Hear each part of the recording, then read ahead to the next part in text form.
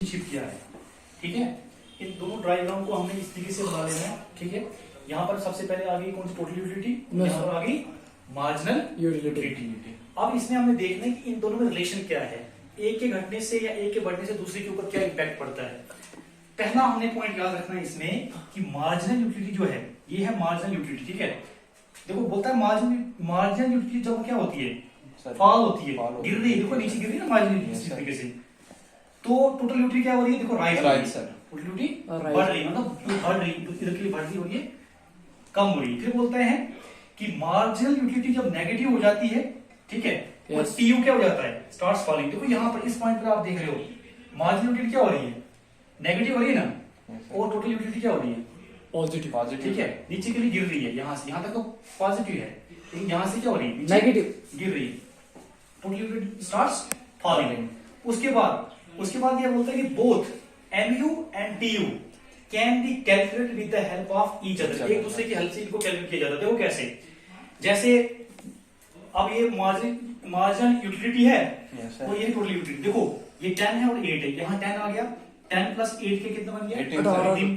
ठीक है, उसके बाद आगे देखो 18 प्लस 6 24। उसी तरीके से अब इसको हम क्या करेंगे, आपस में टोटल यूटिलिटी निकालेंगे, मार्जिनल यूटिलिटी जब निकालेंगे। देखिए 10 है यहाँ पर, 10 माइनस 18 कितना हो गया, 18 माइनस 10 कितना हो गया 8 सर। ठीक है ना, उसी तरीके से 18 माइनस 24 6। मतलब इन दोनों को आपस में ईच अदर तक में लिखा हुआ है, आपस में इन दोनों को करके हम दोनों को मार्जिनल यूटिलिटी और टोटल यूटिलिटी दोनों को क्या कर सकते हैं, कैलकुलेट कर सकते हैं, ये बता रहा है।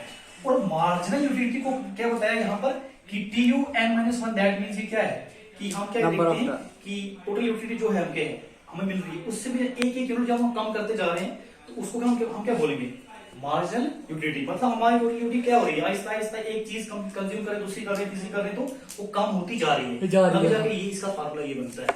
और जो टोटल यूटिलिटी है ये सबमिशन ऑफ मार्जिनल यूटिलिटी। देखो हमारे पास ये मार्जिनल यूटिलिटी है ना, इसको हम प्लस नहीं कर रहे हैं, यहाँ पर इस वाले कॉलम में क्या कर रहे हैं, इसको प्लस कर रहे हैं ना, टोटल कर रहे हैं ना इसका। Yes sir. तो ये क्या हो जाती है, इसको हम बोलते हैं टोटल यूटिलिटी, जो सबमिशन ऑफ मार्जिनल यूटिलिटी। और लास्ट पॉइंट इसमें क्या बताता है कि जब MU जो है वो क्या है, जीरो हो जाएगा, तो टोटल यूटिलिटी क्या हो जाएगी, मैक्सिमम हो जाएगी। देखो MU क्या है, मार्जिनल यूटिलिटी, देखो यहाँ पर जीरो, ये देखो ये पॉइंट दिख रहा है आपको, यहाँ पर इस ये नेगेटिव है, लेकिन यहाँ पर क्या है जीरो सर।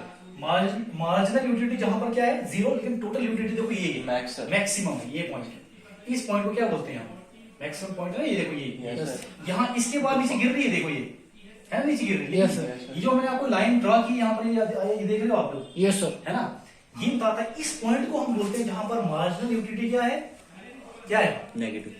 यहाँ पर इस पॉइंट सर जीरो सर, और यहाँ पर क्या है मार्जिन, यहाँ पर जीरो है, टोटल यूटिलिटी क्या है मैक्सिमम है, इस पॉइंट बोलते हैं पॉइंट ऑफ सैटिस्फैक्टरी। क्या बोलेंगे, पॉइंट ऑफ सैटिस्फैक्टरी सर। ठीक है, ये इसमें कुछ मेजर डिफरेंसेस है, आपने ये देखना है कि जब एक चीज बढ़ रही है, अगर मार्जिन यूटिलिटी बढ़ रही है तो टोटल यूटिलिटी क्या कर रही है, उसके ऊपर क्या इम्पैक्ट पड़ रहा है।